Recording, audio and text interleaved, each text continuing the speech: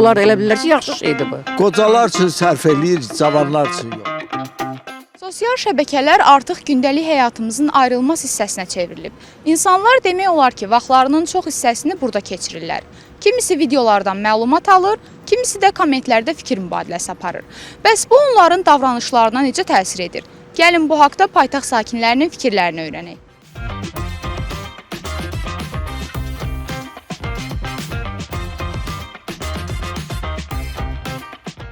Balaca uşaqlar, qızlar, oğlanlar baxar, onlar elə bilirlər ki, yaxşı şeydir bu.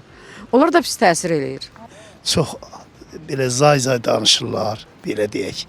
Çörək yeyə, özü də orada məsuliyyətsiz söhbətlər gedir.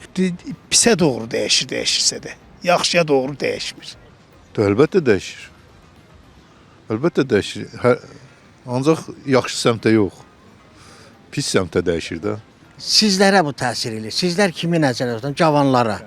Hərdən məsəl ki, mənim ən zəhləm getdiyim o YouTube-da, o xaricdə yaşayan blokerlərimizin pis söyüşləri, zadı. Ümumiyyətcə, mən bağlamanı istəmirəm. Danışmağın heç yeri yoxdur onun bu barədə.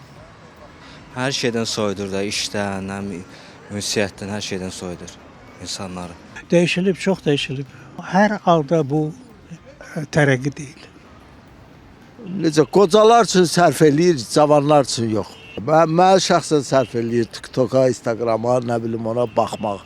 Ona görə ki, pensioner adamda vaxtımı keçirdirəm onunla. Yox, məncə o insanın özünə baxır, yəni psixoloji vəziyyətinə baxır. Məncə insan psixoloji cəhətdən biraz arxada, geridə qalıbsa, o onun psixoloji, yəni davranışlarına təsir edə bilər. Əsasən çox pis təsir eləyir.